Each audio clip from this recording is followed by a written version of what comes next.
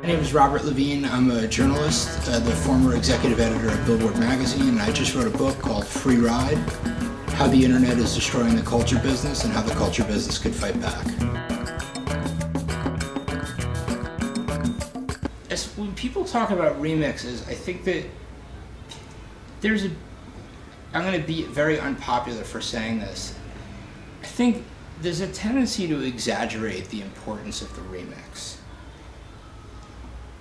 As someone who grew up as a huge music fan, and really I started covering the music business because I loved music, not the other way around, you know, the remix is this idea that goes back to dub reggae and even before that. You know, if you go to Stanford Law School or the Berkman Center at Harvard, there's this idea that the remix is this thing that came out of the internet. But it goes far beyond that, and people were doing remixes either legally or in a gray area of legality before that. But the truth is the demand for some of this remix art can be pretty low. And also, the question of what's a remix and how much of something you're using is very complicated. Let me give you an example. Most times when I do an interview, somebody asks me, under current copyright law, the Beastie Boys album Paul's Boutique would be illegal. Don't you think that's horrible?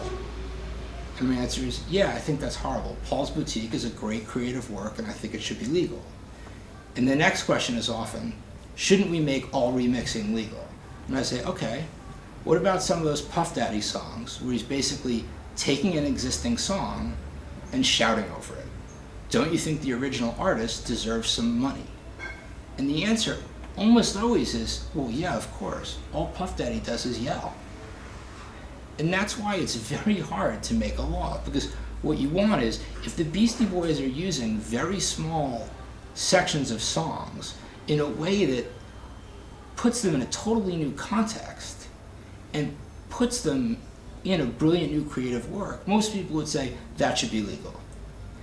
If someone takes only the hook of a song, repeats it in a way that everyone recognizes it, and he's only using hits, songs that were hits already are likely to be hits again, and he's not really changing much, should he have to pay? Most people say yes. And that's why it's very hard to come up with a law that's fair to both people. But the other thing is that, you know, you can't have great remix art without having great art. The example I use is Chad Vader. I don't know if you've seen Chad Vader on YouTube. It's this great show about Darth Vader's younger brother, who's a convenience store manager. He manages like I guess we would call it a 7-Eleven. I don't know if you have that here.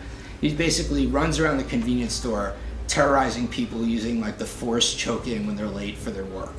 And it's very funny. It's really great. You know, should this be legal? Yes. But if we didn't have a copyright system that protected Star Wars, we wouldn't have Chad Vader. Because the thing is, if you showed that to someone who had never seen Star Wars, I'm not sure you could find such a person, but if, they wouldn't think it's funny at all. Without Star Wars, it's a guy in a black suit with a breathy voice yelling at people. It's just not funny. If you want to have remix art, you need remixers, but you also need great art to remix.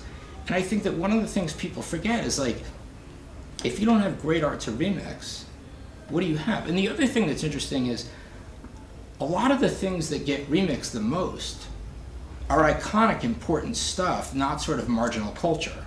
You know, if you look on the internet, there's a ton of great remixes of Star Wars, Star Trek, Lord of the Rings. These are all works that were created by the sort of, you know, the same kind of like cultural industrial complex that bloggers say they hate so much. Yet that's the culture they consume, albeit in remixed form.